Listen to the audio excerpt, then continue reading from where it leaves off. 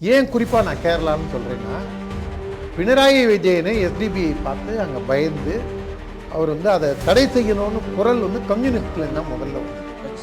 அச்சுதானந்தனும் ஆரம்பத்தில் அதுதான். அதுக்கு முன்னாடி அச்சுதானந்தன், எந்த அச்சுதானந்தன் ராகுல் காந்தியை முதல்ல பப்புன்னு சொன்னவரே அவர் தான். அந்த அச்சுதானந்தன் மத ரீதியாகவும் இழிவுபடுத்தினார். அவரை கருவாட்டுக்காரியின் மகன் அப்படி இல்லாமல் காமராஜரை கேவலப்படுத்தினார். அதே போன்று நாகர்கோவில் பாராளுமன்றத்துக்கு அவர் நிற்கும் போது மேரியின் மகனுக்கு உங்கள் ஓட்டா, மாரியின் மகனுக்கு உங்கள் ஓட்டா அப்படின்னு மத ரீதியாகவும் அவரை கொண்டு போய் அங்க இருக்கிற கிறிஸ்தவர்களை தூண்டி விடுற மாதிரி மத அரசியல் செஞ்சது இந்த திமுக. காமராஜரை எப்படிலாம் இழிவுபடுத்த முடியுமோ அவ்வளவுலாம் கேவலப்படுத்தினது திமுக. இன்னைக்கு காமராஜர் எந்த சித்தாந்தத்துக்காக வாழ்ந்தாரோ அந்த சித்தாந்தங்கள் அனைத்தையும் சிதைத்து விட்டது இந்த திராவிட மாடல் ஆட்சி. அந்த துக்ளக் வச்சிருக்கிறதுலாம் அறிவாளிகள், திமுக காரெல்லாம் முரசொலி வச்சிருப்பான் அப்படிங்கும்போது அதோட அர்த்தம் என்னன்னு இன்னைக்கு புரியுது. இன்னைக்கு ஸ்டாலின் இதை சொல்றாருல, இந்து பத்திரிகையே சொல்லியிருக்குது. ஒருவேளை இவங்க முரசொலி அப்படின்னு சொன்னா போக முட்டாப்பைய படிக்கிற பத்திரிக்கை அப்படின்னு நினைச்சுப்பாங்களோன்னு ரஜினிகாந்த் சொன்னதை வச்சு நான் இப்போ சொல்றேன். இது உங்க கருத்தும் கிடையாது, என் கருத்தும் கிடையாது. என் கருத்துல உங்க கருத்தா? அந்த மாதிரி இவங்க பிஎன்சிக்கு அந்த பணத்தை வாங்கி இவங்க ஆட்டையை போடலாம்னு நினைச்ச போது அந்த அம்மா அந்த அதிகாரிகள்லாம் உஷாராகி முதல்ல நீ இன்ஃப்ராஸ்ட்ரக்சர் என்ன பண்ண போறேன்னு சொல்லு, எந்தெந்த ஹெட்டிங்ஸ்ல எந்தெந்த செலவினங்களுக்கு உனக்கு அவசியங்கிறது சொல்லு, அதுக்கப்புறம் நான் உனக்கு பணம் கொடுக்குறேன் அப்படின்னு இவங்க அப்படியே ஷாக் ஆகிட்டாங்க. இவங்க அப்படியே அதோட வெளிப்பாடு தான், விரக்தியின் வெளிப்பாடு தான் இந்த மாதிரி தாறுமாறா போயிருக்கு. மயிலாடுதுறையில் சின்ன கடத்தல ஒரு ஜெயில், சப் ஜெயில் வாசல்ல ஒரு பிள்ளையார் கோவில் இருக்கு. அது வாசல்லையே இது இப்போ எழுதி இருக்கு. இந்த மாதிரி நான் பார்த்தது ஒரு 10 ஊர்ல இருக்கும். இங்க பாருங்க, ஈவேரா சொல்லியிருக்காரு, இதை மீறி போன இப்ப அடுத்தது ராஜாவை குண்டர் சட்டத்தில் கைது பண்ணணும்னு சொல்லிருக்காங்க. ஹெச் ராஜாவை அந்த மாதிரி கோவிலுக்கு போற எல்லா பயிர்களையும் குண்டர் சட்டத்தில் கைது பண்ண சொல்லுவோம் அப்படின்னு கூட அடுத்தது இந்த எஸ்டிபிஐ மனு கொடுக்கலாம். இல்லை இந்த தீகா, பெரியார் தீகா, அப்புறம் அந்த மதமாற்ற சக்திகளுக்கு துணை போகிற விடுதலை சிறுத்தைகள் போன்ற இயக்கங்கள்லாமும்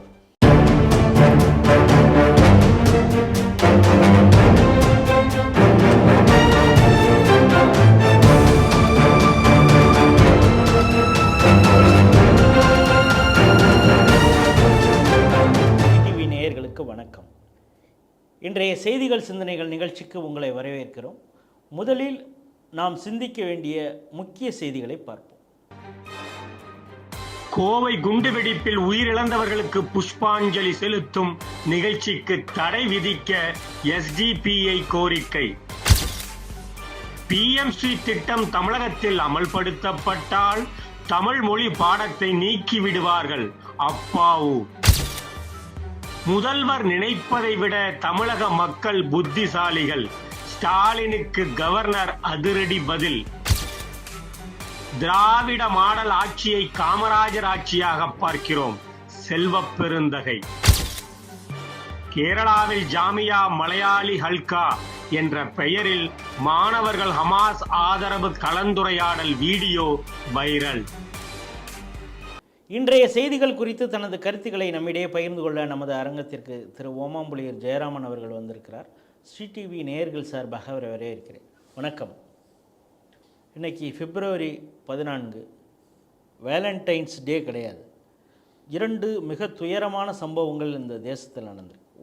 ஒன்று கோயம்புத்தூரில் 58 பேர் படுகொலை ஆவதற்கு காரணமான வெடிகுண்டு அந்த இது நடந்தது.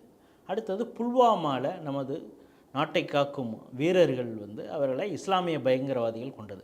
2மே இஸ்லாமிய பயங்கரவாதிகளால் நடத்தப்பட்டது அப்படிங்கிறத புரிஞ்சுக்கிறோம். அந்த பிப்ரவரி 14 ஒவ்வொரு ஆண்டும் பாஜக, இந்து முன்னணி, சங் பரிவார் அமைப்புகள்லாம் சேர்ந்து அந்த 58 பேர் உயிரிழந்தவங்க, அதே போல் பலரும் காயமடைந்திருக்காங்க, இப்பொழுதும் முடமாகி இருக்கிறார்கள். இவங்களுக்கெல்லாம் ஒரு அஞ்சலி செலுத்தணும். குறிப்பாக அந்த 58 பேர் அந்த தியாகிகளுக்கு நம்ம அஞ்சலி செலுத்தணும் அப்படிங்கிறதுக்காக புஷ்பாஞ்சலி நிகழ்ச்சி நடப்பது வழக்கம். அப்படி புஷ்பாஞ்சலி நிகழ்ச்சி நடத்துகிறாங்க. இதை தடுக்க வேண்டும், இதன் மூலம் அவங்க மதக்கலவரத்தை ஏற்படுத்துவதற்கு திட்டமிடுகிறார்கள் அப்படின்னு சொல்லி எஸ்டிபிஐ இந்த முறை கோயம்புத்தூர் கமிஷனருக்கு ஒரு புகாராக கொடுத்து இந்த நிகழ்ச்சியை நீங்கள் நடக்க அனுமதிக்கக்கூடாதுன்னு சொல்லியிருக்காங்க. இந்த செய்தியை எப்படி பார்க்குறீங்க? அது நாங்கள் அடிப்போம், நாங்கள் ஒன்றை வெட்டுவோம், ஒன்றை கொல்லுவோம். உனக்கு அழறதுக்கு கூட உரிமை கிடையாது. நீ ஒப்பாரி வைக்கவும் கூடாது. நீ வந்து நம்ம பாய் தானே வெட்டினாரு, அதுவும் நம்ம ரோஸ் மில்க் பாய் நம்மளை வெட்டும்போது நீ முடிஞ்சால் கழுத்தை கொடு அப்படின்னு சொல்கிற அளவில் தான் இந்த எஸ்டிபிஐயோட குற்றச்சாட்டை நான் பார்க்குறேன். எனக்கு தெரிந்து 80% இஸ்லாமியர்களால், நல்ல மனிதர்களால் நிராகரிக்கப்பட்ட ஒரு இயக்கமாகத்தான் நான் எஸ்டிபிஐ பார்க்கின்றேன். எஸ்டிபிஐயின் தாய் இயக்கமான பாப்புலர் ஃப்ரண்ட்ஸ் ஆஃப் இந்தியா தடை செய்யப்பட்ட ஒரு இயக்கம். இதை வந்து வன்முறையாளர்கள் நிறைந்த ஒரு கூடாரம். இது நம்ம திருபுவனம் ராமலிங்கத்தை கொன்னதும் இந்த கும்பல் தான். அதே மாதிரி பல்வேறு ஊர்களில் பல்வேறு பிரச்சனைகளை ஏற்படுத்துறதுக்குன்னே இருக்கக்கூடிய ஒரு இயக்கம் இந்த எஸ்டிபிஐ. பினராயி விஜயனே, அதை கரடியே காரி துப்பின மொமெண்ட் வந்து பினராயி விஜயனே இந்த எஸ்டிபிஐயை பற்றி கடுமையான விமர்சனங்கள் முன் வச்சதையும் நம்ம கடந்த காலங்களில் பார்த்துருக்கோம். இந்த எஸ்டிபிஐ பிஎஃப்ஐ மாதிரி ஒரு அடிப்படைவாத அமைப்பு தவ்ஹீத் ஜமாத், அவங்களே இவங்க மிக மோசமான பயங்கரவாதிகள் அப்படின்னு அவங்களே கூட சர்டிஃபிகேட் கொடுக்குறாங்க. பிச்சைக்காரனுக்கு செக்யூரிட்டி பிச்சைக்காரங்கிற கதையா இவன் வந்து தவ்ஹீத் ஜமாத் சொல்கிறான். அவனுங்கெல்லாம் வன்முறையாளர்கள், அவங்களால எங்களுக்கு கெட்ட பேர் வருது. சொல்கிறது யாரு? கோயம்புத்தூரில் குண்டு வைக்க துணை போய் அதில் கையாடல் பண்ணிட்டான் அப்படின்லாம் சொல்லி இதில் இருக்கிறவங்க எல்லார் பேர்லேயும் குற்றச்சாட்டு இந்த தவ்ஹீத் ஜமாத்தில். இதில் இன்னொரு முக்கியமான விஷயம், எனக்கு இதை பார்க்கும்போது எனக்கு ரொம்பவும் வருத்தமும் கோபமும் ஆற்றாமையும் தான் எனக்கு அதிகமாக இருக்குது. 58 பேரில் 7 பேர் மேட்டுப்பாளையம் பகுதியை சேர்ந்தவங்க, 2 வயசு பையன் ஒருத்தான். அதில் ஜெகநாதன் அந்த குடும்பத்தை சேர்ந்தவங்க 2 பேர், பூசாரி மணி, இந்த மாதிரி ஒரு 7 குடும்பத்துக்கும் நான் போய் பார்த்துட்டு வந்து கோயம்புத்தூர்லேயும் ஒரு சிலர் போய் பார்த்தேன். பாம் பிளாஸ்டில் தப்பிச்சு வந்தவங்க, தொடையெல்லாம் அந்த குண்டு துகள்கள் பாஞ்சு, முதுகில் குண்டு துகள் பாஞ்சு, அதுக்காக சர்ஜரி பண்ணி இருக்கிறவரை பார்த்தேன். நம்ம கோபால்ஜிக்கு சமமாக இதை பேசக்கூடியவர், 85 வயசு அந்த பெரியப்பான்னு எல்லாரும் ஜாலியாக பேசிகிட்டு இருக்காங்க. அவர் பல்வேறு உடம்பு முழுக்க அவருக்கும் தாக்குதல். அந்த மாதிரி பல்வேறு விதமானவங்களுக்கும் அவங்களுடைய வலியை போக்கும் விதமாக இந்த தமிழ்நாடே உங்கள் கூட, பாரத நாடே உங்கள் கூட இருக்குது. உலகத்தில் அமைதியை விரும்புவர்கள் எல்லாம் இந்த விஷயத்தை கண்டிக்கிறாங்கங்கிற மாதிரி ஒரு உதாரணமாக நடத்தக்கூடிய நிகழ்ச்சி. நான் 2021 அந்த நிகழ்ச்சிக்கும் போயிருந்தேன். இந்த வருஷம் போகணுன்னு முயற்சி செஞ்சேன், வேறு பல்வேறு இதனால் போக முடியல. ஆனால் அங்கே வந்து அந்த பாதிக்கப்பட்டவங்க, ஒவ்வொரு பாதிக்கப்பட்டவர்களும் அதில் வந்து சர்வைவல், நீங்கள் சொல்கிற மாதிரி காது போய் கைகால் ஊனமாகி அவங்களெல்லாம் பார்க்கும்போது அவ்வளோ நம்மளுக்கு வந்து ரத்தம் கொதிக்கும் நமக்கு. ஆனால் சர்வசாதாரணமாக இந்த பயலுவை என்ன சொல்கிறானுங்க, நீங்கள் அதை நடத்தக்கூடாது அப்படி. இப்போ இதே இந்த எஸ்டிபிஐ தான் இன்னொன்று என்ன பண்ணுறான், எனக்கு தெரிஞ்ச இந்த வேலூர் பக்கத்தில் இப்போ புதுசாக ஒரு மாவட்டம் உருவாகிருக்கேன், குடியாத்தம்னு நினைக்கிறேன். அந்த ஊர்லேயே எங்கேயோ வந்து கோவிலில் அந்த நேரம் சொல்லும் பாருங்கள், மணி 3, மாலை மணி 3, ஓமாம்புலியூர் துயர்த்தீர்த்தநாதர் அப்படின்னு சொல்லி எங்கள் ஊர் கோவிலையும் அனௌன்ஸ் பண்ணிருக்கு. அந்த மாதிரி அந்த கோவிலில் வச்சுருக்கிறத எடுக்கணும், இது எங்களுக்கு இடைஞ்சலாக இருக்குது. அப்போ வந்து சுப்ரீம் கோர்ட்டை இது வச்சுருக்கிறது பாக்ஸ் ஸ்பீக்கரு, சின்னதான ஒரு இது தான், எல்லா இடங்கள்லையும் வச்சுருக்காங்க. ஆனால் கூம்பு வடிவ ஸ்பீக்கரை எல்லா மசூதிலையும் அடாவடித்தனமாக நீங்கள் பொருத்தி, உலகத்தில் நாங்கள் பாங்கு சொல்கிறது இப்படி தான் சொல்கிறோம், அதனால் உச்சநீதிமன்றமே எங்களுக்கு ஆர்டர் போட்டால் கூட நாங்கள் எடுக்க முடியாது அப்படின்னு ஒரு தடித்தனமாக செயல்படுறத இது வரைக்கும் காவல்துறையோ இல்லை லா என்ஃபோர்ஸிங் ஏஜென்சிஸோ ஆளும் அரசாங்கங்களோ பெருசாக கண்டுக்கல. அதெல்லாம் சாய்ஸில் விட்டுட்டு இந்த எஸ்டிபிஐ பயலுக இவனை சொல்கிறத பார்க்கும்போது எனக்கு என்ன தோணுதுன்னு வச்சுங்களேன். அவங்க இப்போ லேட்டஸ்ட்டாக நீங்கள் வந்து கோயிலில் வந்து இந்த ஒளிபெருக்கி வைக்கிறத கண்டிக்கிறாங்கங்கிறீங்க. இப்போ அவங்க வந்து இந்த கோயில் பகுதியே அவங்களுடைய பார்க்கிங் ஸ்பேஸாக அவங்க யூஸ் பண்ணுறாங்க. ஒன்று திருச்சியில் ஒருத்தர் பார்க்கிங், திருவனம்பூர் கிட்ட ஒரு கோவில் பூசாரியை தாக்கினது, திருநெல்வேலியில் ஒரு ஊரில் தாக்கினது, இது ரெண்டையுமே பார்த்தா வெட்டு விழுந்தது அவங்களுக்கு. அதாவது இவங்களுடைய போகிற போக்கு, நீ கோவிலில் சவுண்ட் சர்வீஸ் வைக்காத, அதே மாதிரி எஸ்டிபிஐ வேறு ஏதோ ஒரு கோவில் பிரச்சனைக்கு கூட வந்து எதிர்ப்பு தெரிவித்து பிரச்சனையாக மாற்றி திருப்பரங்குன்ற விஷயத்தையும் பார்க்குறோம். ஏற்கனவே பல்வேறு தடவை நம்ம நாகூரை பற்றி பேசியிருக்கோம். இந்த மாதிரி தொடர்ந்து பல ஊரில் சொல்லும்போது எனக்கு இன்னொரு விஷயமும், இன்றைக்கி காலையில் ஒரு செய்தி பார்த்தேன், ஒரு 10:11 மணிக்கு.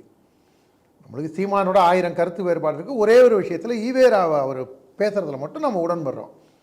அவங்க கட்சிக்காரங்க பழனியிலன்னு நினைக்கிறேன் ஒரு பொதுக்கூட்டத்துக்கு இடம் கேட்குறாங்க. அந்த இடத்துல வந்து காவல்துறை மறுக்குது. என்ன காரணம் சொல்லி மறுக்குதுன்னா, இந்த இடத்துல ஈவேரா சிலை இருக்குது, அதனால நீங்கள் பொதுக்கூட்டம் நடத்தக்கூடாது அப்படிங்கிறாங்க. இப்போ எஸ்டிபி என்ன சொல்கிறான், நாங்கள் இந்த தெருவில் மெஜாரிட்டியாக இருக்கோம், நீங்கள் அது வந்து வீகளத்தூர்லையாக இருக்கட்டும், இல்லை நாகூர்லையாக இருக்கட்டும், இல்லை திருப்பரங்குன்றத்துலேயும் கொஞ்சம் கொஞ்சமாக இந்த மாதிரி ஆரம்பிக்கிறாங்க, திருவல்லிக்கேணி ஐரோடாக இருக்கட்டும், அவங்க என்ன சொல்கிறாங்க, இங்கே மசூதி இருக்குது. இப்போ நீங்கள் தமிழக திராவிட மாடல் ஆட்சியும் எஸ்டிபியும் ஒரே ட்ராக்கில் பிரயாணிக்கிறாங்களோன்னு நம்மளுக்கு தோணுது. இப்போ வந்து பழனியோட இதுதான் உங்களுக்கு யாட்சிக்கா அப்படின்னு யாராவது கேட்டால், நான் இன்னொன்று சொல்கிறேன். நாளைக்கு எல்லோரும் கோவிலுக்கு போகிறோம். இப்போ அடுத்தது மாசி மகம் வரப்போகுது. எல்லா ஊர்லேயும் தைப்பூசம் எப்படி கோலாகலமாக இருந்ததோ அந்த மாதிரி எல்லா ஊர்லேயும் மாசி மகம் கோலாகலமாக இருக்கும். மறந்த திதியை மகத்தில் கொடுன்னு சொன்னதுனால நம்ம டெல்டா பகுதியில் நதி தீரத்தில் வந்து லட்சக்கணக்கான ஜனங்க கூடுவாங்க. அப்போ வந்து வாசலில் ஈவேரா சிலை இருக்குது, நீங்கள்லாம் கோவிலுக்கோ நீர்நிலைக்கோ போகாதீங்க அப்படின்னு சொல்கிறதுக்கான இது கூட வந்துருமே. அதில் தான் கோவிலுக்கு செல்வன் முட்டாள் அதை பரப்பியன் அதில் ஈவேரா சொல்லியிருக்காரு, நீ அதை மீறி எப்படி போகலாம் அப்படின்னு காவல்துறை கேட்டுருவாங்களோங்கிற ஒரு பயமும் எனக்கு வருது. இப்போ அதாவது அந்த சிலையை அங்கேருந்து அப்புறப்படுத்துவாங்களா, கோவில் முன்னாடி இருந்ததா ஈவேரா சிலை முன்னாடி இருந்ததா? நான் ஒரு 2-3 இடம் சொல்ல முடியும். கோயம்புத்தூரில் காந்திபுரம் பஸ் ஸ்டாண்டுக்கு எதிர்த்தா மாதிரி ஒரு பிள்ளையார் கோவில் இருக்குது. பிள்ளையார் கோவில் வாசலில் இந்த இது இருந்தது, இப்போ இருக்கா இல்லையான்னு சரியாக கவனிக்கிறேன். மயிலாடுதுறையில் சின்ன கடத்தரில் ஒரு ஜெயில் சப்ஜெயில் வாசலில் ஒரு பிள்ளையார் கோவில் இருக்குது. அது வாசல்லையே இது இப்போயும் எழுதி வச்சதுருக்கு. இந்த மாதிரி நான் பார்த்தது ஒரு 10 ஊரில் இருக்கும். இங்கே பாருங்கள், ஈவேரா சொல்லியிருக்காரு, இதை மீறி போன இப்போ அடுத்தது ராஜாவை குண்டர் சட்டத்தில் கைது பண்ணணும்னு சொல்லியிருக்காங்க, ஹெச் ராஜாவை. அந்த மாதிரி கோவிலுக்கு போகிற எல்லா பயிர்களையும் குண்டர் சட்டத்தில் கைது பண்ண சொல்லுவோம் அப்படின்னு கூட அடுத்தது இந்த எஸ்டிபி மனு கொடுக்கலாம். இல்லை இந்த தீக்கா, பெரியார் தீக்கா, அப்புறம் அந்த மதமாற்ற சக்திகளுக்கு துணை போகிற விடுதலை சிறுத்தைகள் போன்ற இயக்கங்கள்லாமும் இதுக்கு வந்து மனு கொடுக்கலாம் கொண்டு போய் காவல்துறையில். ஏன்னா சீமானுக்கு பொதுக்கூட்டம் நடத்தக்கூடாது, அங்கே ஈவேரா சிலை இருக்குங்கிறான். இவன் என்ன சொல்கிறான், இந்த இடத்துல வந்து நீங்கள் இங்கே எங்கேயும் கோவில்லேருந்து சத்தம் எங்களுக்கு வரதே எங்களுக்கு துன்புறுத்தலாக இருக்குது, எங்கள் மார்க்கத்துக்கு முரணானதுங்கிறான். கோவிலை ஆக்கிரமிக்கிறான். பேசாமல் இந்த எஸ்டிபிஐக்காரங்க கூட இன்னொன்று பண்ணிடலாம். அவங்க அந்தந்த மாவட்ட எஸ்பியை பார்த்து அது வேஸ்ட்டு, டிஜிபியை பார்த்து அதுவும் வேஸ்ட்டு. பேசாமல் ஸ்டாலினையே பார்த்து ஒரு அஜெண்டா கொடுத்து, எங்களுடைய அஜெண்டா இதெல்லாங்க, இந்த அஜெண்டா அப்படி நீங்கள் செயல்பட்டீங்கன்னாக்க நாங்கள் உங்களை ஏற்றுக்கிறோம். ஏன்னா இவங்களுக்கும் ஓட்டு தானே முக்கியம். எஸ்டிபியை வந்து டூஸ் அண்ட் டோன்ட்ஸ் சாதாரணமாக கொடுப்பாங்கல்ல. இல்லை, இப்போ அது வந்து எஸ்டிபிகிட்ட மட்டும் வாங்கணுமா, இல்லை 27 அமைப்புகள் இருக்குது, ஒவ்வொருத்தவங்களும் அவங்க என்ன நினைக்கிறாங்களோ எல்லாருடைய இதையும் வாங்கி அதை அதில் எது பெஸ்ட்டோ இது கூட நல்ல ஐடியா. அதாவது நம்ம ரிக்வேதத்தில் let the noble thoughts come to us from every side அப்படின்னு சொல்லுது. இப்போ நீங்கள் சொல்கிற கருத்தும் அதுக்கு வேலிடான ஒரு கருத்து. பேசாமல் தேசிய லீக் தடாரஹிம், அதுக்கப்புறம் பழனி பாபாவின் சீடர்கள், ஜவாஹிருல்லா, இந்த ஆளூர் பேர் என்ன, ஆளூர் ஷானவாஸ், அந்த அது வாயிலே நுழைய மாட்டேங்குது, ஆத்தனை என்ன வருதுங்க. அவனு எல்லா பயலையும் கூப்பிட்டு எல்லாத்தையும் பார்த்து இதில் எது பெஸ்ட்டு, எது இந்துக்களை அதிகமாக துன்புறுத்தும், அதை நாங்கள் சஜஷனாக கொடுக்குறோம் அப்படின்னு சொல்லி இவங்கெல்லாம் கூடி பேசி தமிழக அரசுக்கு கொடுக்கலாங்கிற ஒரு கேவலமான ஒரு விஷயந்தான் இது. நான் சொல்கிறேன், இந்த புஷ்பாஞ்சலி நடத்தக்கூடாதுங்கிறாங்க. ஆனால் பல ஆண்டுகளாக இது நார்த் இந்தியாவில் கூட யாரும் அது மாதிரி இதை வந்து அனுஷ்டிப்பதில்லை. டிசம்பர் 6 தொடர்ச்சியாக இவங்க அதை இது பண்ணி எந்த ஊர்லேயும் கிடையாதுங்க, தமிழ்நாட்டில் மட்டும்தான். மறக்க முடியுமா அப்படின்னு சொல்லி இவங்க எங்கே பார்த்தாலும் நடத்திட்டு இருந்தாங்க. இப்போ சமீபத்தில் அந்த கோவை குண்டுவெடிப்புக்கு சூத்திரதாரியாக இருந்த கோவை பாட்ஷா இறந்து போனபோது 5000 பேர் ஊர்வலம் வந்து அவருக்காக துவா செஞ்சதெல்லாம் இருக்குது. இப்போ இரண்டையும் அதை எப்படி பார்க்கறதுன்னு கேட்குறேன். நீங்கள் இதில் இன்னொரு விஷயமும் இருக்குது. இந்த புதுக்கோட்டையில் ஒருத்தல 2 தடவை லாரி ஜகபர் அலி அவருக்கு துவா செஞ்சாங்களா? அவருக்கு மறுமேல 72 கன்னிகையை பற்றி பேசுனாங்களா? ஆனால் பாஷாக்கு பேசுகிறான். இது என்ன மாதிரி ஒரு மனோபாவம் பாருங்கள். ஒரு குண்டு வச்சு தொலைச்சி ஊரை சல்லடையாக அடித்து ஒரு 50 ஆண்டுகள் பின்னோக்கி இழுத்துட்டு போன ஒரு கொடூர கொலைகாரன், இளைஞர்களை, அந்த மார்க்க இளைஞர்களை தவறாக வழிநடத்தின ஒரு அயோக்கியன், அவன் செத்து போனதுக்கு 5000 பேர் அந்த ஊரில் கூடுறான். அதுக்கு இவங்கெல்லாம் தூவா பண்ணுறாங்க. இன்னொரு கிளம்பி வந்து இந்த கூட்டமே நடத்தக்கூடாது அப்படின்றான். இது நம்ம வந்து இது ராஜான்னா தாலிபான் ஆட்சி தமிழ்நாட்டில் நடக்குதுன்னு சொல்லிட்டாரு, அதனால அவர் குண்டர் சட்டத்தில் கைது செய்யணும் அப்படின்னு ஒரு பைய கேஸ் போடுறான். இப்போ எல்லாருமே நம்ம ஹெச் ராஜா அண்ணன் மாதிரி ஏற்கனவே நம்ம பாலகௌதமன் தாலிபான் ஆகும் தமிழகம்னு சொல்லி ஒரு 4 வருஷம் முன்னாடியே பேசியிருக்கான். இப்போ இதெல்லாமும் கருத்தில் கொண்டா அப்போ வந்து ஒரு நடுநிலை நோக்கர்கள், ஒரு சராசரி மனிதன், நம்மளுக்கு எல்லாருக்குமே ஒரு சராசரி மனிதனுடைய கண்ணோட்டம் தான். நாம் வன்முறையை விரும்புவர்கள் அல்ல, நம்ம அமைதியை தான் விரும்புகிறோம். ஆனால் இவங்க இந்த மாதிரி பொழுதேனிக்கு நோண்டிட்டு இருந்தாங்கன்னா அவங்க மெயின் ஸ்ட்ரீம்லேருந்து மக்கள்கிட்டேருந்து விலகி போகிறாங்கங்கிறது தான் அர்த்தம். அடுத்த செய்தி, இப்போ தமிழக சட்டசபையிலே கொஞ்சம் உயரமானவர், அந்த உயரமான இருக்கையிலையும் இருக்கக்கூடியவர் சபாநாயகர் அப்பாவு. அவர் ஆளு தான் உயரம், அவர்கிட்ட வாயிலேருந்து வர்றதெல்லாம் நிறையா சின்னத்தனமான வார்த்தைகள் வருது அப்படிங்கிறத பலரும் சொல்கிறத கேட்குறோம். என்னென்னா இப்போ புதுசாக ஒன்று கண்டுபிடிச்சிருக்காரு. என்னென்னா பிஎம் ஸ்ரீ அந்த திட்டம் மட்டும் அமல்படுத்தியிருந்தால் என்ன ஆயிருக்குன்னு தெரியுமா? அவங்க வந்து தமிழை நிறுத்திடுவாங்க சொல்லிக் கொடுக்குறதையே. ஆங்கிலம், கண்டிப்பாக சமஸ்கிருதம், இந்தி இதை மட்டும்தான் சொல்லிக் கொடுக்கணும் அப்படிங்கிறத இது பண்ணியிருப்பாங்க. இதை வந்து தமிழக முதல்வர் ஏற்றுக்கல. அதனால தான் நம்ம இந்த அதுக்கான நிதி கிடைக்கலன்னா கூட பரவாயில்ல அப்படின்னு நம்ம இந்த நிலைப்பாடை எடுத்திருக்கிறோம். இந்த தமிழர்களையும் தமிழையும் இது பண்ணுறதுக்காக தான் இந்த மத்திய அரசு செயல்படுது அப்படின்னு அவர் சொல்லியிருக்காரு. இந்த செய்தி எப்படி பார்க்குறீங்க? ஒரு தனி மனிதன் ஊதாரித்தனமாக இருந்தாலே அந்த குடும்பம் உருப்படாது. அந்த ஒரு குடும்பத்தில் இருக்கக்கூடியவங்களாமே ஊதாரித்தனமாக இருந்தால் அந்த மொத்த வம்சத்துக்கே ஒரு அவமானமும் பிரச்சனைகளும் தான் ஏற்படும். இது ஒரு தனி மனிதனில் ஆரம்பித்து ஒரு குடும்பம், ஒரு வம்சத்துக்கே இது எப்படி பாதிக்குதுங்கிறத பார்க்குறோம். இது அரசாங்கத்துக்கு பொருந்துமா பொருந்தாதா? கண்டிப்பாக பொருந்தும். தமிழக அரசு ஊதாரித்தனமாக செலவு பண்ணுற காரணத்தினால கடன் சுமை ஏறிட்டே போகுது. இவங்க என்ன பண்ணாங்க, நரித்தனமாக ஒரு வேலை செய்யலான்னு நினச்சாங்க. நிர்மலா சீதாராமன் அவர்களை மனம் திறந்து முதல் முறையாக நேற்று சபாஷ் சூப்பர் அப்படின்னு நான் பாராட்டி தீர்த்தேன். நேற்றுக்கு சாதாரணமாக ஜென்ரலாக ஒரு I use to adore her, I use to appreciate her. நேற்று தான் உள்ளம் திறந்து நான் நேற்றுக்கு அவங்கள பாராட்டினதுக்கு காரணம், பாராளுமன்றத்தில் நான் சொல்கிறத நீ கேட்டு தான் ஆகணும், you must listen to me Mister Shiva, அங்கே என்ன பேச்சு, குறுக்க பேசாத, நான் சொல்கிறத கேளு அப்படின்னு வகுப்படுத்தாங்க அந்த அம்மா. அவங்கள்ட்ட போய் இந்த நரித்தனத்தை காமிக்கலான்னு நினச்சேன். ஏன் பிஎம் ஸ்ரீக்கும் நரித்தனத்துக்கும் என்ன சம்பந்தம் அப்படின்னு யாராவது நோக்கர்கள் கேட்கலாம். நயவஞ்சகத்தனமாக இதில் கையெழுத்து போட்டுருவோம், பணத்தை வாங்கிடுவோம், பணத்தை வாங்கி இதெல்லாம் டைவெர்ட் பண்ணிவிடுவோம், நம்ம கலைஞருக்கு பேனா வைப்போம், ஊருக்கு ஊர் சிலை வைப்போம், இங்கே எல்லா இடங்கள்லையும் போய் அதாவது பட்டியல் சமூகத்திற்கு ஒதுக்கப்பட்ட நிதியை கலர் டிவிக்கு இப்போ இந்த காம்ப்ளேங்கிறவர் வந்து இல்லை இவங்க பட்டியல் சமூகத்துக்கு ஒதுக்கின நிதியை தான் டிவி வாங்கிட்டாங்கன்னு அவர் வந்து எனக்கு விரோதமாக செயல்படுகிறார், இதை பற்றி நான் சோனியா காந்திகிட்ட கம்ப்ளைண்ட் பண்ணுவேன் அப்படின்னு அன்றைய முதல்வராக இருந்த கருணாநிதி சொன்னார். நல்லா கவனிங்க, மன்மோகன் சிங்கிட்ட சொல்ல, அவர் ரிமோட் கண்ட்ரோல் யாரோ அவங்கள்ட்ட, அவர் பிரதமர்கிட்ட சொல்லுவேன்லாம் சொல்ல. அதாவது அந்த பின்னாடி இருந்து யார் ஆப்ரேட் பண்ணுறாங்களோ, அந்நிய சக்தியாக யார் இருக்காங்களோ அவங்கள்ட்ட வந்து நான் சொல்லுவேன் அப்படின்னு சொன்னதையும் பார்த்த ஊர் தான் நம்ம ஊர். அந்த மாதிரி இவங்க பிஎம் ஸ்ரீக்கு அந்த பணத்தை வாங்கி அட்டையை போடலான்னு நினைச்ச போது அந்த அம்மா அந்த அதிகாரிகள்லாம் உஷாராகி, முதல்ல நீ இன்ஃப்ராஸ்ட்ரக்சர் என்ன பண்ண போகிறேன்னு சொல்லு, எந்தெந்த ஹெட்டிங்ஸில் எந்தெந்த செலவினங்களுக்கு உனக்கு அவசியங்கிறத சொல்லு, அதுக்கப்புறம் நான் உனக்கு பணம் கொடுக்குறேன் அப்படின்னோடனே இவங்க அப்படியே ஷாக் ஆகிட்டாங்க. இவங்க அப்படியே அதோட வெளிப்பாடு தான், விரக்தியின் வெளிப்பாடு தான் இந்த மாதிரி தாறுமாறாக பேசுறது.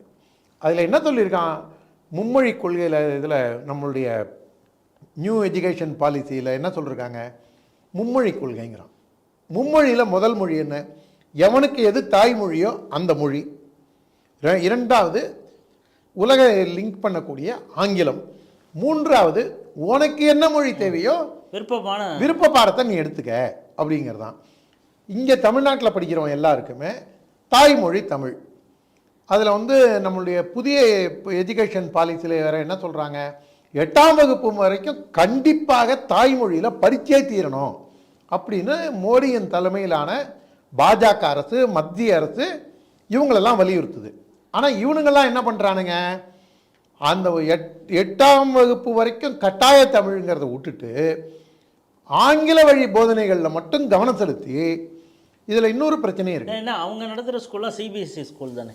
சிபிஎஸ்சி ஸ்கூல்லையே கூட நீங்கள் தமிழ் பயிற்று மொழியாக கொண்டு வரணுங்கிறதான நம்மளுடைய பாரத பிரதமருடைய ஒரு இதாகவும் இருக்குது. நம்மளுடைய திமுக காரர்கள் நடத்தக்கூடிய பள்ளிகள். ஆமாம், திமுக காரங்களே அதை வந்து தமிழை வந்து, அதான் நான் சொல்ல வரேன், இவங்க எவ்வளோ பெரிய வியாபாரிகள்ங்கிறதுக்கு இது ஒரு உதாரணம். இந்த 8ஆம் கிளாஸ் வரைக்கும் நீ தமிழில் சொல்டா அப்படின்னா இங்கிலீஷுங்கிறத இவங்களுக்கு ஒரு இப்போ வந்து ஒரு சேலபிள் கமாடிட்டி. ஈஸியாக நீ தமிழில் படித்தா இவ்வளோ வேலை வாய்ப்பு இருக்குது, இவ்வளோ சம்பாதிக்கலாம், வாத்தியாராக போகலாம், நீ வந்து டிரான்ஸ்லேட்டராக போகலாம், ஃபாரினில் உனக்கு வேலை இருக்குது. இப்போ பிஜேபி ஆட்சிக்கு வந்து இப்போ ஆஸ்திரேலியா பக்கத்தில் ஒரு தீவு இருக்கு, ஃபிஜி தீவு, அங்கெல்லாம் கூட வாத்தியாரங்களை கேட்டு அனுப்பிச்சதை நம்ம இங்கேயே பேசியிருக்கோம். அந்த மாதிரி opportunities are open, wide open தமிழுக்கு அப்படின்னு சொல்லி தமிழை ஊக்குவிக்கிறத விட்டுட்டு தமிழில் படித்தாலோ தமிழில் பேசினாலோ கேவலங்கிற ஒரு மனோபாவத்தை ஏற்படுத்தினதே இந்த திராவிட மாடல் ஆட்சி. இவங்க பொதுக்கூட்டத்திலே பாதி இங்கிலீஷ் அதோடு இல்லாமல் டால்ஸ்டாய் என்ன சொன்னார், இவர் பெர்னாட் ஷா என்ன சொன்னார், இதுதான் இவங்களுடைய இது. ஒரே இங்கிலீஷ் அதை வார்த்தைகளை கலந்து தங்கிலீஷ் ஆக்கி கொண்டு வந்ததே இவங்க தான். நான் பல தடவை சொன்னது தான், நீங்கள் வந்து ஒரு ஆளை, ஒரு எளிய மனிதனை, ஆட்டோ டிரைவரோ ப்ளம்பரோ எலக்ட்ரீஷியனோ ஒரு கூலி ஆளோ இல்லை நம்மளுக்கு வீட்டு வேலைகளில் உதவியாக இருக்கிறவங்களையோ யாராவது ஒரு ஆளை நீங்கள் நேராக வந்து வலது பக்கம் திரும்பி இடது பக்கம் பார்த்தீங்கன்னா 15வது வீடு எங்கள் வீடு அப்படின்னு நீங்கள் சொன்னீங்கன்னா அவனுக்கு அது புரியாது. சார் என்ன சார் இப்படி சொல்கிற, இல்லைங்க எங்க எப்படிங்க சொல்ல, எனக்கு புரியும்படியாக சொல்லு சார். நீங்கள் ஸ்ட்ரைட்டாக வந்து லெஃப்டில் திரும்பி ரைட்டில் வந்தால் 15வது வீடு, பச்சை கலரில் பெயிண்ட் அடிச்சிருக்கும், காவி கலரில் அடிச்சிருக்கும். நீங்கள் ஏதாவது சொன்னால் தான் அவனுக்கு அது புரியும். நீங்கள் வந்து நேராக வலது இடது, நீங்கள் பார்க்குறவங்க யாராவது வேணால் ட்ரை பண்ணி பார்க்கட்டும், நான் பொய் சொல்கிறேன்னா இல்லையாங்கிறது. நான் என்னுடைய அனுபவத்தில் நான் பார்த்ததை சொல்கிறேன். அந்த அளவுக்கு தமிழை வந்து இவங்க கிட்டத்தட்ட ஒரு ஐசியூவில் கொண்டு போய் போடுற நிலைமையில் வச்சுட்டு 8ஆம் கிளாஸ் வரைக்கும் தமிழ் கட்டாய பாடமாக இருக்கும்போது 3வது மொழி சமஸ்கிருதம் ஹிந்தின்லாம் எதுவுமே சொல்ல. மலையாளம் படிக்கணுமா படிச்சுக்கோ, கன்னடம் படிக்கணுமா படிச்சுக்கோ, ஒரியா படிக்கணுமா படிச்சுக்கோ. இன்னொன்று நம்ம இதில் சொல்கிறாங்க, வெளிநாட்டு மொழி நீ ஏதாவது படிக்கணுமா அதை கூட நீ இதாக எடுத்துக்க. இன்றைக்கி பார்த்தீங்கன்னா ஜப்பானிய மொழிக்கும் ஃப்ரெஞ்சுக்கும் அதிக டிமாண்ட் இருக்குது, நீ அதை படிக்கிறதுனாலும் படி அப்படின்னு உங்களுக்கு. அதுதான் பாரதியார் சொல்லியிருக்கார். அவர் என்ன ஒரு மொழி 2 மொழியை தெரிஞ்சு வச்சுட்டா சொன்னார், அவர் வந்து யாமறிந்த மொழிகளிலே அப்படின்னு அவர் 2 மொழியை வச்சுக்கிட்டா சொன்னார். பல மொழிகளை கற்று அதில் இதுதான் சிறந்ததுன்னு சொன்னார். அந்த மாதிரி நீங்கள் தமிழை, நீங்கள் வெறும் தமிழை மட்டும் நீங்கள் கற்றுக்காமல் எல்லாமும் கற்றுக்குங்க, ஆனால் தமிழை மிகச்சிறப்புற ஐயம் திரிபுர கற்றுக்குங்க அப்படின்னு பிரதமர் மோடி சொன்னால் இவனுங்கெல்லாம் சேர்ந்து அரசியல் நடத்துறதுக்காக சீப் பாலிடிக்ஸ், மட்டமான ஒரு புத்தி இது. இதில் வந்து மக்களுடைய, அதுவும் மாணவர்களோட கல்வியை வச்சு விளையாடுறதுங்கிறது. அப்பாவு மாதிரி ஆட்கள் வாத்தியாராக இருந்தவர் வர வர இப்போ திமுகவினர் டாக்ஸ் பேயர்ஸ் மணியை நீங்கள் வந்து தவறாக பயன்படுத்துகிறீங்க. அதை சொல்கிறது யார்? திமுக. அது பாருங்கள், ஒரு சின்ன உதாரணம் சொல்கிறேன். இப்போ இந்த தென்சென்னை பாராளுமன்ற உறுப்பினர், நான் பொதுக்கூட்டத்தில் 2019 சொன்னேன். அது வந்து அவங்க சாயங்காலம் 4 மணிக்கு பிரச்சாரத்துக்கு வரணும், காலையில் 7 மணிக்கு எழுந்துச்சி குளித்து மேக்கப் போட்டு 4 மணிக்கு பிரச்சாரத்துக்கு வருவாங்க. இப்போ பார்லிமெண்ட்டுக்கும் கருக்கல்லே எழுந்திருவாங்கன்னு நினைக்கிறேன். அவங்க வந்து ஃப்ளைட்டில் புக் பண்ணுறாங்க. சுமந்த் ராமன் அவர் சங்கி கிடையாது, அவர் இவங்களுடைய பார்வையிலேருந்து அவர் சங்கி எதிர்ப்பாளர், முற்போக்குவாதி. அவர் என்ன சொல்கிறாரு, ஒரு ட்வீட்டை போட்டு ஒரு ஃப்ளைட்டு மாறினதுனால இவங்க கிளாஸை வந்து மாறி போச்சு, அதுக்கு உடனே ஒரு எம்பிகே இந்த நிலைமையா, எம்பிகே. எனக்கு அந்த எம்பிகேன்னு படித்த உடனே இந்த தருதலை பிரசன்னான்னு ஒரு பையன் இருக்கான் பார்த்தீங்களா, தமிழன் பிரசன்னா, அவன் தருதலை மாதிரி தான் பேசுவான். அந்த பையன் என்ன சொன்னான், முதல்வர்னா கொம்பு முளைச்சிருக்கா, என் வீட்டில் சாக்கடை அடிச்சதுன்னா குத்துறவன் தான் வந்து குத்தி விடுறவன் தான், சாக்கடையை குத்துறவன் தான் முதல்வர். பேசின வீடியோ நான் வச்சுருக்கேன், யாராவது பார்க்கணுன்னு கேட்டாங்கன்னா கொடுக்கலாம். அந்த முதல்வரையே ஸ்டாலின் உட்பட முதல்வர் நாம் பேசியிருக்கான் பாருங்கள். அப்போ எப்பேற்பட்ட ஒரு பொறுமைசாலி ஸ்டாலின் அவர்கள். அவங்க அப்பா கருணாநிதியும் சேர்த்து தான் இந்த மாதிரி டீக்ரேட் பண்ணியிருக்கான்னு நினைக்கிறேன். இல்லை எனக்கு வேண்டாம் சொன்னால் நம்மளை உள்ளே வச்சுருவாங்க. இல்லை பரவாயில்ல, நீங்கள் இல்லை முதல்வரையே வந்து சாக்கடைக்கு வந்து நோன்றி அது சரி பண்ணுறவர் அப்படின்னா, இப்போ துணை முதல்வர் என்ன சொல்ல, அவருக்கு அப்ரண்டிஷிப்பாக வரவரா இல்லை அவருக்கு அது தரதலை பிரச்சனை எங்கேயாவது ஒரு பேட்டியில் யாரையாவது விட்டு கேட்க சொல்லுவோம். அப்போ இந்த அம்மா வந்து இவங்களுடைய மேட்டிமைத்தனம் பாருங்கள், இவங்க மாதிரி தான் நாமளும் சொன்னோம். இவங்க வந்து தங்களை வந்து ஒரு வேறு மாதிரி வேறு வேற்று கிரகத்திலேருந்து தமிழகத்துக்குள்ளே வந்து ஏதோ போனால் போகுதுன்னு உங்களோடலாம் வாழறேன்டா, உங்களுக்கெல்லாம் நான் தலைவராக இருக்கணும்னு என் தலை எழுத்து பார்த்தியா, உங்களெல்லாம் உய்விக்க வந்த ரட்சகன் நான் அப்படிங்கிற லெவலில் தான் இவங்களுடைய மேட்டிமைத்தனம் இருக்குது. அதே மாதிரி தான் ஆசிரியராக இருந்த அப்பாவு பேசுறதுங்கிறது. அதே போல் சமஸ்கிருதத்துக்கு நிதி ஒதுக்கிறதும் டாக்ஸ் பேயர்ஸ் மணி. ஒரு தயாநிதி மாறன் அப்படியே பொங்கி எழுந்து வேற. முன்னாடி அவங்க சன் டிவியில் தமிழை கொல்லாமல் இருந்தாங்கனாலே அதே போகிறோம். ஒரு சினிமா பிரபலத்தை கூப்பிட்டு பேட்டிக்காவாங்க. ஆக்சுவலி இன்றைக்கி மார்னிங் நான் பிரேக்ஃபாஸ்ட்டு சாப்பிடும்போது அந்த கேக் சாப்பிட்டுட்டு நான் வந்து வாட்டர் குடிச்சிட்டு இப்படி தான் அந்த பேட்டி முழுக்கவே நீங்கள் பார்த்தீங்கன்னா அதுவும் கால் மேலே கால் போட்டு இளையராஜாக்கு 80 வயசு இருக்கும். மிஸ்டர் இளையராஜா, மார்னிங் பிரேக்ஃபாஸ்ட் நீங்கள் ஓட்ஸ் சாப்பிடுவீங்களா? இந்த மாதிரி ஒரு லெவலில் பேசிட்டு, இது வந்து மட்டு மரியாதை கிடையாது, தாய்மொழி கிடையாது. பார்க்குறவங்களுக்கு அதை வந்து தாய்மொழியை கலப்பு இல்லாமல் பேசி தாய்மொழியை கொல்லணுங்கிற இது கிடையாது. இந்த பையன் நடத்துகிற டிவியில் இவ்வளோ அட்டூழியம் பண்ணிவிட்டு, அதோடு இல்லாமல் கேபிள் திருட வேற, கேபிளை திருடி பெரிய அளவில் டேக்ஸ் மோசடி செஞ்சு 2Gக்கு துணை போன கட்சி. இதில் டேக்ஸ் பேயர்ஸ் மணியை பற்றி இவங்க பேசலாமா? இதில் இன்னொன்று, இந்த டேக்ஸ் பேயர்ஸ் மணிங்கும் போது தான் இந்த சைரன் வச்சு போகிறதே வந்து அவமானமாக கருதினவர் பெருந்தலைவர் காமராஜர். அவர் என்ன சொன்னார், யோ நான் என்ன சவ ஊர்வலமாக போகிறேன், ஏன் அந்த மாதிரி அலறிக்கிட்டே போகிறான் அப்படின்னா, அதுக்கப்புறம் மத்திய அரசே அதில் கட்டுப்பாடு கொண்டு வந்த போது நம்ம பெரிய அண்ணாச்சி பொன் ராதாகிருஷ்ணன் அவர்கள் அவங்க மந்திரியாக இருந்தபோது பல இடங்களுக்கு அவரோட போகும்போது அவர் வந்து டிராஃபிக்காக இருந்தால், ரொம்ப அவசியமாக இருந்தால் வேகமாக போனோன்னா எனக்கு தெரிஞ்சு 99% அதை ஆஃப் பண்ண சொல்லுவார் அந்த சைரன் விளக்கை. என்ன காரணம்னா, மக்கள் இரிட்டேட் ஆவான், ஆம்புலன்ஸுன்னு நினச்சி பயப்படுவான், அவன் வந்து பேனிக் ஆவான், அவன் வந்து சுபாவமே மாறும், அவனுக்கு ஆம்புலன்ஸ் தான் வருது போல இருக்குன்னு. அப்படி ஒன்றும் நம்ம ஒன்றும் போய் அவ்வளோ அவசரமாக போய் இந்த மக்களை போயிட்டு வருத்தி இவங்களை துன்புறுத்தி நம்ம போய் வேகமாக போய் எதுவும் செய்ய போகிறதில்ல, அதுக்கு 10 நிமிஷம் முன்னாடி கிளம்பி போவோம் அப்படின்னு நினைத்த பண்பான மனிதர். டாக்ஸ் பேயர்ஸ் மணியில் வந்து டாக்ஸ் பேயர்ஸை துன்புறுத்தக்கூடாதுன்னு நினைச்ச அந்த மனிதர், ஒப்பற்ற மனிதர் எங்கே? இந்த சிலுண்டி பயசங்கள்லாம் எங்கே? டாக்ஸ் பேயர்ஸ் ஆகும்னா இல்லை, நீ மட்டும் தான் கட்டுற, நீ திருட்டு கணக்கு எழுத கும்பல் நீங்கள். அதனால் அப்பாவுக்கிட்ட நான் இதை எதிர்பார்க்கல. வாத்தியாராக இருந்த அப்பாவு இப்படி பேசுறதுங்கிறது, அவர் ஊர்லேயே பல இடங்களில் எதிர்ப்பும் இருக்குது அப்பாவுங்க. அவர் போய் ஏதோ ஒரு இதை திறந்து வைக்க போறேன்ட்டு போய் அதை வந்து ஊரான் சொத்துல ஆட்டையை போட்டு சொல்றாங்க. அதான் ஊரா அந்த காம்ப்ளெக்ஸ் கட்டிட்டான் திமுக காரன், 120 கடையை கட்டி இவரை திறக்க கூப்பிட்டான். நம்ம இதே அரங்கத்தில் தூத்துக்குடி மாவட்டத்தில் நடந்த சம்பவத்தை பேசியிருக்கோம். அதே மாதிரி ஓரி கோயில் அந்த தேரோட்டத்துக்கு வரக்கூடாது. அதான் அதோட இல்லாமல் இன்னும் நம்ம அண்ணன் மரியாதைக்குரிய விபி ஜெயக்குமார் இருக்காங்க பாருங்க, உண்மையிலேயே அவர் ஆள் வந்து நல்லா ஜிலு ஜிலுன்னு சந்தனம்லாம் பூத்திட்டு இருக்கிற ஒரு மைனர் மாதிரி இருக்கக்கூடிய அண்ணா. ஆனால் ஒரு மேஜராக ஒரு ஷாட்டு, ஒரு ராக்கெட் மாதிரி ஒரு ஷாட்டு சப் கலெக்டரை போட்டு, இது என்ன அது இந்த ஊரில் நியாய தர்மம் கேட்கறதுக்கு ஆளே இல்லையா அப்படின்னு இது பண்ணிட்டு, அதாவது அவர் வந்து ஒரு கேட்டு சிங்கமாக நான் பார்க்குறேன். அண்ணன் பார்த்துட்டு உடனே என்னை பார்த்து கேட்டு பையன்னு சொல்லிட்டான்னு, வயதில் மூத்தவர், அதனால் அந்த மாதிரி அந்த ஒரு அர்த்தத்தில் சொல்கிறேன். அது வந்து ஒரு அண்ணன் தான் போய் அதுக்கு எதிர்ப்பு தெரிவித்து, ஏன்னா எந்த அளவுக்கு ஒரு மதவெறியோடு அப்பாவும் நடந்துக்கிறார் அப்படிங்கிறதுக்கு நம்ம ஜெயக்குமார் அண்ணன் சொல்லியிருக்காங்க. இந்த மாதிரிலாம் தகுதிருத்தம் செய்யக்கூடிய அப்பாவு அவர்கள் மேல் விசாரத்துக்கு போய் அந்த பஞ்சாயத்து போர்டு ஆஃபீஸில் தமிழ் இருக்காங்கிறத உறுதி செய்யும்படியாக நம்ம கேட்டுக்கிறோம்.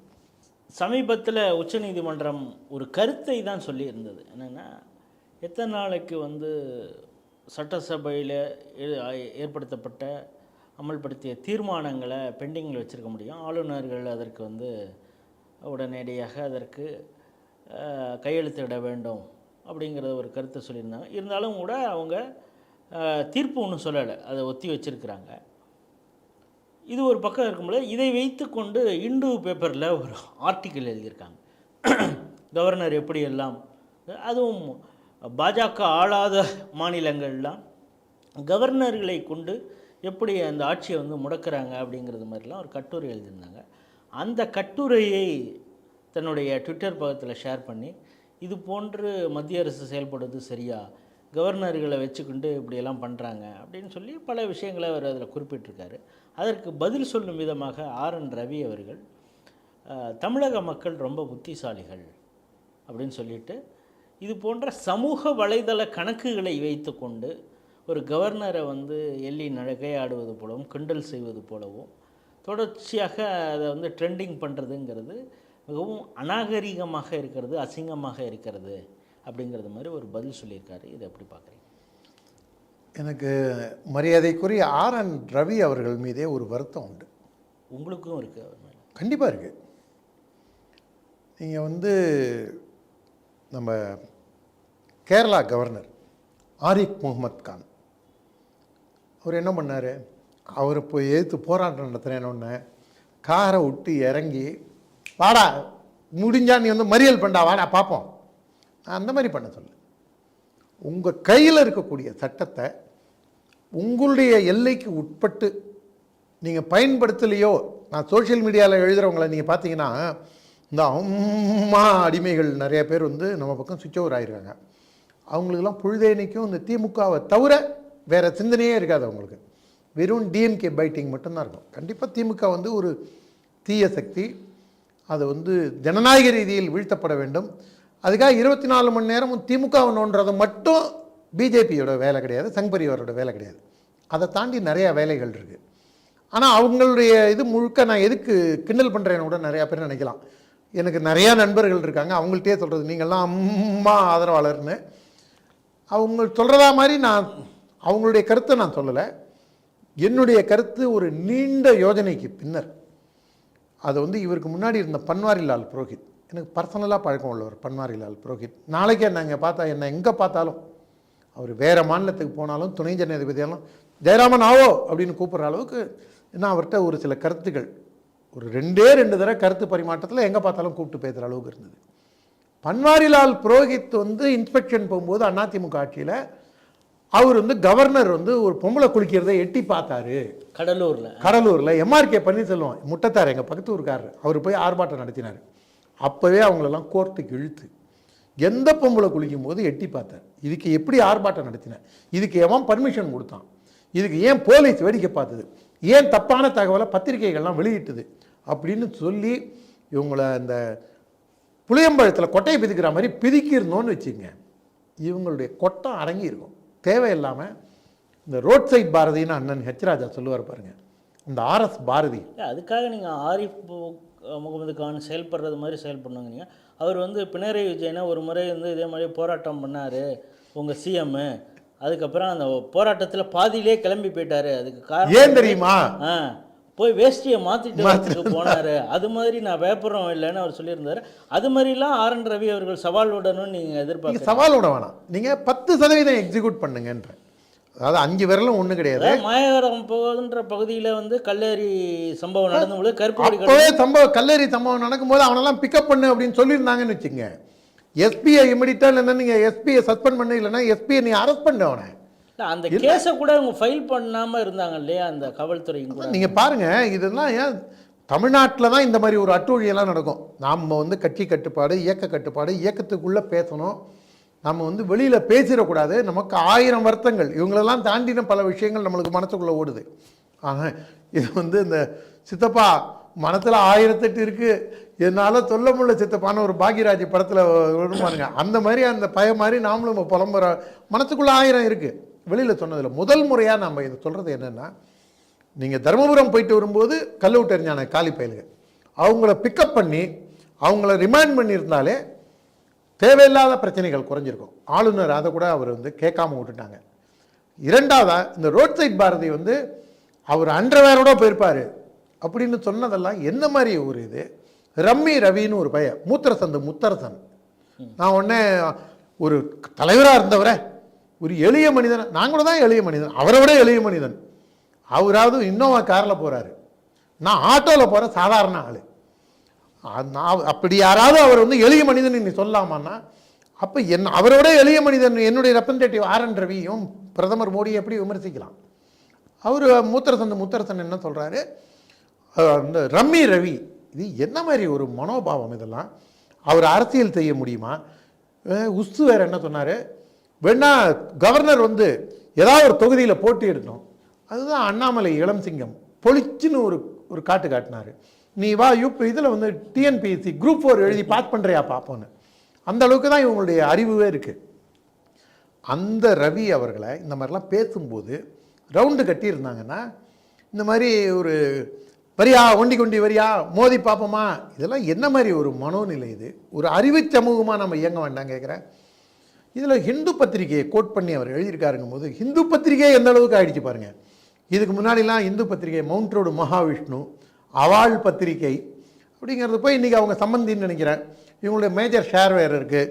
ரெண்டாவது வந்து இந்த பச்சை புள்ள கேட்குதா, அவனுக்கு புள்ளக்கறி கேட்குதா, அந்த பயலுக்காக போய் கோர்ட்டில் நீதிபதிக்கு முன்னாடிலாம் நின்று இது அந்த அதோடு இல்லாமல் அந்த ஒரு லுங்கி கட்டிட்டு ஒருத்தன் வந்து தண்ணி தொட்டி தேடி வந்த நான் பாட்டில் கையில் வச்சுட்டு பாடுற பயலுக்கெல்லாம் வந்து இது இடம் கொடுக்கறது இந்த இந்து பத்திரிகை.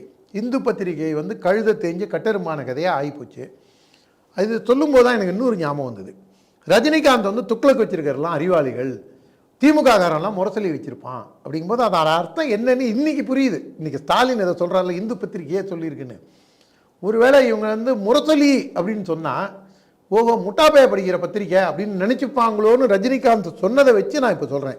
இது உங்கள் கருத்தும் கிடையாது, என் கருத்தும் கிடையாது. என் கருத்து இல்லை, உங்கள் கருத்தா?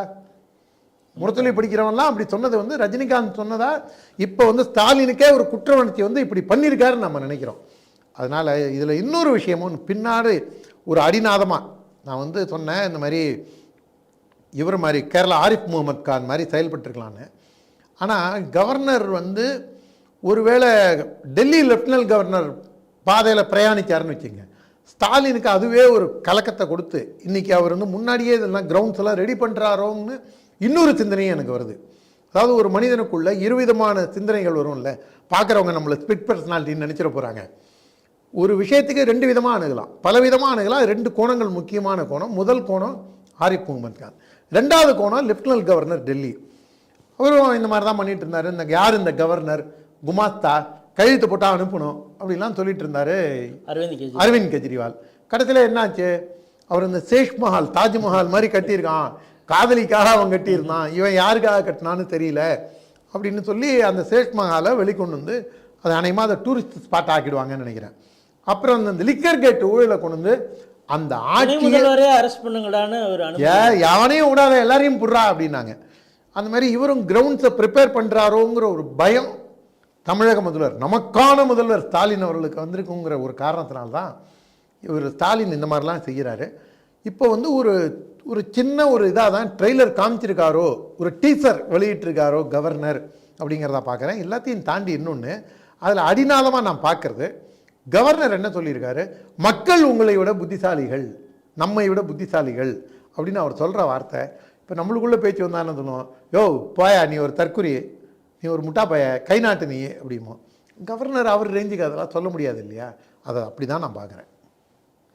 ஓ இப்போ மக்கள் புத்திசாலிகள்னா இவரை இப்போ நீங்கள் என்ன சொல்கிறது மாதிரி நம்ம அப்படி புரிஞ்சுக்கிறதா? அது அப்படி தான் நினைக்கிறேங்க, பார்க்குறவங்க யாராவது சொல்லிட்டாங்க. அது காங்கிரஸ் பல ஆண்டுகளாக சொல்லி வருவது ஒரு கோஷம் என்னென்னா 67 அவங்க ஆட்சியை இழந்தாங்க. அதற்கு பிறகு பல ஆண்டுகள் ஆயிடுச்சு, எம்ஜிஆர் கருணாநிதினு மாற்றி மாற்றி ஆச்சு, பிறகு ஜெயலலிதா, பிறகு கருணாநிதி, இப்பொழுது ஸ்டாலின். ஆனால் ஒவ்வொரு முறையும் உங்கள் தேர்தல் வரும்போது காமராஜர் ஆட்சியை கொண்டு வரணும் அப்படின்னு சொல்லிகிட்டு இருந்தாங்க. இப்போது ஒரு முடிவுக்கு வந்துட்டாங்க, ஏன்னா தங்களால் தனியாக இனிமேல் ஆட்சி பண்ண முடியாது, ஏன் கூட்டணியாக கூட நம்ம ஆட்சிக்கு நம்ம பண்ண முடியாதுன்னு முடிவுக்கு வந்துட்டாங்களான்னு தெரியல. இந்த திராவிட மாடல் ஆட்சியே அது காமராஜர் ஆட்சி தான் அப்படின்னு செல்வ பெருந்தகை சொல்லியிருக்காரு. இது எப்படி பார்க்குறீங்க? நல்ல வேலை மகாத்மா காந்தியே வந்து ஸ்டாலின் வடிவில் நான் பார்க்குறேன், கருணாநிதி யார் தெரியுமா அப்படிலாம் அவர் அந்த மாதிரிலாம் சொல்லாமல் இருக்காருன்னு நம்ம அவருக்கு நன்றி தெரிவிச்சுக்கணும். ஹிஸ்டரி ஷீட்டர் என்று அண்ணாமலையால் சொல்லப்பட்ட இந்த செல்வம் தானே சொல்கிறீங்க, காங்கிரஸ் கமிட்டி தலைவராக இருக்காரு, 5 கட்சி அமாவாசை, அவர் வந்து ஒரு வாய் வியாபாரிங்கிறத பாருங்கள். திருப்பரங்குன்றம் போவேன், அங்கே போய் நான் வந்து இந்த இந்து இயக்கங்களுக்கு வகுப்பெடுப்பேன், மத நல்லிணக்கத்தை எங்கள் நேர்படுத்தி சமபந்தி விருந்தெல்லாம் நடத்துவேன்லாம் வேறு சொல்லியிருக்கேன். அதில் ஏன் நடத்தலை? இல்லை அது வந்து ஆளும் அரசு வந்து சொல்லியிருக்காங்க, இது சென்சிட்டிவ் ஆகும், அதனால் அங்கே போகாதீங்கன்னு சொன்னதுனால அரசு கேட்டுக்கொண்டு வந்துருக்குன்னு தன்னை கட்டுப்படுத்திக்கிட்டு இருக்காரு. எப்பேற்பட்ட தலைவர்கள் இருந்தது பாருங்கள், சி சுப்பிரமணியம், காமராஜர், ஜி.கே. மூப்பனார், பெரியவர் இளைய பெருமாள், எனக்கு தெரிஞ்சு நான் சொல்கிறது அவ்வளோ பெரிய மாபெரும் தலைவர்கள்னால் கக்கன், இந்த மாதிரிலாம் இருந்த ஒரு கட்சிக்கு இன்னைக்கு வாழப்பாடி திண்டிவன ராமமூர்த்தி, ஜி.கே. மூப்பனார், திண்டிவன ராமமூர்த்தியாக இருக்கட்டும், வாழப்பாடி ராமமூர்த்தியாக இருக்கட்டும், தேசிய சிந்தனைகளில் கொஞ்சம் கூட அன்காம்ப்ரமைசிங் லீடர்ஸ். அதுவும் சுகந்தன் பிஜேபியில் இருந்த காலத்தில் நான் சொன்னது உண்டு, உங்கள் அப்பாவோட மிகப்பெரிய ரசிகன், உங்கள் அப்பா அளவுக்கு நீங்கள் வருவீங்கன்னு நினச்சேன் அப்படின்லாம் சொல்லி எனக்கு வாழப்பாடியார் வந்து அவ்வளோ, நான் வந்து அவர் ஒரு ஆராதிக்கும் தலைவர் வாழப்பாடியார். திண்டிவன ராமூர்த்தி அவர்களை நான் பிஜேபியில் சேர சொல்லி 2-3 தடவை போய் பார்த்த போது அவருடைய அரசியல் ஆளுமை என்னால் புரிஞ்சு கொள்ள முடிஞ்சுது. அந்த அளவுக்கு இருந்த தலைவர்கள் இருந்த இடத்துல இன்றைக்கி இதுவும் பாருங்கள், கழுதை தெரிஞ்சு கட்டெரும்பாச்சின்னு சொன்னோம்ல, அந்த கதையாக தான் இன்றைக்கி செல்வம் வந்து நல்ல வேளை இங்கே வந்து ஆட்டோ சங்கர்லாம் வந்து அவரும் வந்து எங்களுடைய பெருமை மிகு இவருன்னு சொல்லலை. நம்ம வந்து தப்பாக சொல்கிறதா நினச்சிக்க வேண்டாம். ஒப்பீட்டு அளவில் அவங்க எங்கே போகிறாங்க, இந்த காமராஜரை எவ்வளோ கேலி பண்ணாங்க. சொந்த நாடார் இங்கே இருக்க, வந்த நாடாக இருக்கு அவங்கள் ஓட்டு அப்படின்னு நாகர்கோவிலில் இது பண்ணும்போது ஜாதி ரீதியாக அவரை நாடார்னு திட்டினது இந்த திமுக. அதே மாதிரி எருமைத்தோல், ரஷ்யாவுக்கு வந்து எருமைத்தோல் தான் ஏற்றுமதி செய்யப்பட்டது, இன்றைக்கு ஒரு எருமையே ரஷ்யாவுக்கு போகுது அப்படின்னு சொல்லி காமராஜரை வந்து எருமாட்டோட ஒப்பிட்டு எழுதினது கருணாநிதி இந்த முரசொலி பத்திரிகை. அண்டங்காக்கைன்னு சொல்லி அவர் கார்ட்டூனில் வந்து பக்தவச்சலத்தில் வரையும் குரங்கு மாதிரி எருமாடு மாதிரி கார்ட்டூன் போட்டது. அப்புறம் கேரக்டர் அசாசினேஷனும் பண்ணாங்க. அதான் அதோட இல்லைங்க, அவர் கேரக்டர் யோகமங்கலம் பஜனை நாயகம் அப்படின்னா என்னையா அது யோகமங்கலம்னா மதுரை பக்கத்தில் அந்த ஒரு கீப்பு வச்சுருக்காரு அப்படின்னு சொன்னதோடு இல்லாமல் இந்த திருமலைப்பள்ளி ரோடு வந்து ஒரு பிஸ்னஸ் மேன் யாருதோ அதை வாடகைக்கு எடுத்திருந்தாங்க. அவர் உள்ள மரியாதைனால அவர் ரொம்ப கம்மியான பணம் கொடுங்க, கொடுக்கலைன்னா போங்கன்னு வச்சுருந்தாங்க. அந்த வீட்டை ஃபோட்டோ பிடிச்சி போட்டு ஏழை பங்காளனின் பங்களா பாரீர் அப்படின்னு காமராஜர் கேவலப்படுத்தினது இவங்க. ஆந்திரா பேங்க்கில், இப்போ ஆந்திரா பேங்க்கு மெர்ஜாயி ஸ்டேட் பேங்க் ஆகிடுச்சுன்னு நினைக்கிறேன். ஆந்திரா பேங்க்கில் இவருக்கு வந்து கோடிக்கணக்கில் பணம் போட்டு வச்சுருக்காரு, கள்ளப்பணத்தெல்லாம் போட்டு வச்சுருக்காரு அப்படின்னு சொன்னது இந்த காமராஜரை. அவரை வந்து மத ரீதியாகவும் இழிவுபடுத்தினாங்க. அவரை வந்து கருவாட்டுக்காரியின் மகன் அப்படி இல்லாமல் காமராஜரை கேவலப்படுத்தினாங்க. அதே போன்று நாகர்கோவில் பாராளுமன்றத்துக்கு அவர் நிற்கும்போது மேரியின் மகனுக்கு உங்கள் ஓட்டா, மாரியின் மகனுக்கு உங்கள் ஓட்டா அப்படின்னு மத ரீதியாகவும் அவரை கொண்டு போய் அங்கே இருக்கிற கிறிஸ்தவர்களை தூண்டி விடுற மாதிரி மத அரசியல் செஞ்சது இந்த திமுக. காமராஜரை வந்து எப்படிலாம் இழிவுபடுத்த முடியுமோ அவ்வளவுலாம் கேவலப்படுத்தினது திமுக. இன்றைக்கி காமராஜர் எந்த சித்தாந்தத்துக்காக வாழ்ந்தாரோ அந்த சித்தாந்தங்கள் அனைத்தையும் சிதைத்து விட்டது இந்த திராவிட மாடல் ஆட்சி. கல்வி இன்றைக்கி ஏழை பாழ நீங்கள் ஸ்கூலில் போய் அரசாங்க பள்ளிக்கூடத்தில் படிக்க முடியாது. ஊர் ஊரா தனவந்தர்களை பார்த்து பிச்சை எடுத்து மதிய உணவு திட்டத்துக்காக கொண்டு வந்து பசங்களை சாப்பிட்றதுக்காக பள்ளிக்கூடத்துக்கு வாங்கினான்னு அழைச்சிக்கிட்டு வந்து ஒவ்வொருத்தனையும் படிக்க வச்ச காமராஜர் பலத்த பள்ளிக்கூடத்தெல்லாம் இன்றைக்கி மக்களை குடிக்கு அடிமையாகி குடிநோய்க்கு கொண்டு போய் சேர்த்து எல்லாரையும் குடிகாரனாக்கின பெருமை இந்த திராவிட மாடல் ஆட்சியை சாரும். இப்படி ஒரு பதவிக்காக யாரோட ஒப்பிடுறார் பாருங்க இந்த செல்வம். இது வன்மையாக கண்டிக்கத்தக்கது. உண்மையான சொரணை உள்ள காங்கிரஸ்காரர்கள் இன்றைக்கும் நிறையா பேர் இருக்காங்க. எனக்கு நம்ம டி நகரில் இலாபாஸ்கரன் இருக்கார், காஞ்சிபுரத்தில் டிசி சீனிவாசன் போன்றவர்கள்லாம் எவ்வளோ நல்ல காங்கிரஸ்காரர்கள். பொன் கிருஷ்ணமூர்த்தி இருக்கார், திருவண்ணாமலை எஸ்வி ரமணி இருக்கார், அப்புறம் நம்ம டிவியில் பேசக்கூடிய நம்ம அருமை அண்ணன் இருக்காங்க, திருவாரூர்காரரு. இந்த மாதிரி நல்ல காங்கிரஸ் தலைவர்கள்லாம் சின்ன இவங்களும் லாயர்ஸ்லாம் கூட இப்போ காங்கிரஸில் வந்திருக்காங்க. கட்சி வேறையாக இருந்தாலும் சித்தாந்தம் வேறையாக இருந்தால் கூட நல்லவர்களும் காங்கிரஸில் இருக்காங்க. ஆனால் அவங்க நல்லவர்கள் எண்ணிக்கை இன்றைக்கி விரல் விட்டு குறைஞ்சி போச்சு. செல்வம் போன்றவர்கள் இதை ஆக்கிரமித்து கொண்டு, ஆக்டோபஸ் கரங்களால் ஆக்கிரமித்து கொண்டு இது வந்து இதை விட ஒரு இழிவு காமராஜருக்கு இருக்க முடியுமாங்கிறது எனக்கு தெரியல. நேற்று நாள் முழுக்க சமூக வலைதளங்களில், குறிப்பாக ட்விட்டர் தளங்களில் ஒரு வீடியோ வைரலானது. என்னென்னா, கேரளாவில் ஜாமியா மலையாளி ஹல்கா அப்படிங்கிற ஒரு அமைப்பை வைத்து அங்கே இருக்கக்கூடிய பெரும்பாலான இஸ்லாமிய மாணவர்கள் மத்தியில் அவங்க வந்து ஒரு கலந்துரையாடல் மாதிரி பார்க்கில் உட்காந்துட்டு ஒரு கலந்துரையாடல். மாணவர்கள் மத்தியில் அரசியல் பேசுகிறது ஒன்றும் தப்பு இல்லை, அது இந்த தேசத்துக்கு வேண்டப்படக்கூடிய தேவையான ஒன்று. ஏன்னா ஜனநாயகத்தில் எல்லாத்துக்கும் எல்லா விஷயங்களையும் பேசக்கூடிய ஒரு இது உண்டு, அது மாதிரி பேசலாம். ஆனால் அவர்கள் பேசிய விஷயங்கள்லாம் என்னென்னா, ஹமாஸுக்கு ஆதரவாக அதில் பேசிகிட்டு இருந்தது. இன்னும் சொல்லப்போனால் அந்த அக்டோபர் 7 இஸ்ரேலில் புகுந்து 1500க்கும் மேற்பட்டவர்களை கொன்று அதில் 500க்கும் மேற்பட்டவர்களை ஓஸ்டேஜாக அழைச்சிட்டு வந்து அவங்கள சித்திரவதைப்படுத்தி கொன்று அதில் கடைசியில் அதுக்கு பிரதிபலனாக காசா என்ன ஆச்சு அப்படின்னு இன்னைக்கு காலையில் கூட ஒரு டிவியில் பார்த்தேன். அந்த போருக்கு முன் காசா எப்படி இருந்தது, குட்டிச்சவரா இருக்கு, வெறும் குட்டிச்சவரா இருக்கு. இப்போ அந்த காசா ஸ்ட்ரிப்பே நான் எடுத்துக்கலாமான்னு பார்க்குறேன்னு ட்ரம்ப் சொல்கிற அந்த விஷயம் இருக்குது. அந்த அளவுக்கு அங்கே போயிட்டுருக்கு. ஆனால் இது குறித்தெல்லாம் அவங்க பேசுகிறாங்க. அதில் பேசுகிறது எல்லாமே வந்து இந்த இஸ்லாமிய அடிப்படைவாதத்திற்கும் பயங்கரவாதத்திற்கு ஆதரவாகவும் ஹமாஸ் பண்ணது சரிதான் அப்படிங்கிறது மாதிரி அவங்களுக்குள்ளார அவங்க பேசுகிற அந்த வீடியோ நீங்களும் பார்த்துருப்பீங்க. இந்த செய்தி எப்படி பார்க்குறீங்க? அதில் உட்காந்து பேசுகிறது ஆண் பெண் வித்தியாசம் இல்லாமல் எல்லாம் மிஞ்சி போனால் 20-22 வயசு பசங்க உட்காந்து பேசிகிட்டு இருக்காங்க. அதில் பேசக்கூடிய விஷயம் மிக மிக மிக ஆபத்தான விஷயம். அவங்க எல்லாமே கேரளா சேர்ந்த இஸ்லாமியர்கள். ஏன் குறிப்பாக நான் கேரளான்னு சொல்கிறேன்னா, பினராயி விஜயனை எஸ்டிபிஐ பார்த்து அங்கே பயந்து அவர் வந்து அதை தடை செய்யணும்னு குரல் வந்து கம்யூனிஸ்ட்லேருந்து தான் முதல்ல வந்தது. அச்சுதானந்தனும் ஆரம்பத்தில் அதுதான். அதுக்கு முன்னாடி அச்சுதானந்தன். எந்த அச்சுதானந்தன்? ராகுல் காந்தியை முதல்ல பப்புன்னு சொன்னவரே அவர் தான், அந்த அச்சுதானந்தன். அந்த கேரளாவில் எஸ்டிபிஐ கிட்டத்தட்ட 300க்கும் மேற்பட்ட தேசபக்தர்களை கொண்டிருக்கின்றார்கள். அங்கே கையை வெட்டி இருக்கிறாங்க. இப்போ கையை வெட்டி பசங்களுக்கு முன்னாடி கையை வெட்டின அராஜகம்லாம் நடந்திருக்கு. ப்ரொஃபஸருக்கு கிறிஸ்துவர்களே வந்து அவங்கள வந்து பயந்து போய் லவ் ஜிகாத்து உண்மைதான் அப்படின்னு பாதிரிமார்கள்லாம் பேட்டி கொடுக்கறதையும் நம்ம பார்த்தோம். அந்த அளவுக்கு பிரச்சனை வந்து அங்கே வந்து நீர் பூத்த நெருப்பாக இருந்தது. காஷ்மீருக்கு அடுத்த ஒரு சென்சிட்டிவான ஸ்டேட்டாக இருக்கிறது கேரளா. அந்த கேரளா மாநிலத்தில் இருக்கக்கூடிய மாணவர்கள் காசாவை பற்றி பேசும்போது ஏன் பேசக்கூடாதா, பாலஸ்தீனத்தை பற்றி பேசக்கூடாதா? நான் ஒன்றே ஒன்று தான் ஒரு கோரிக்கை தான் முன்வைக்கிறேன். அந்த மாணவர்களுக்கும் சரி, இதை நியாயப்படுத்துகிறவங்களுக்கும் சரி, பக்கத்து நாடு பாகிஸ்தான், நம்ம ஒட்டி இருக்கிறது ஆப்கானிஸ்தான், அது பக்கத்தில் இருக்கிறது ஈரான்.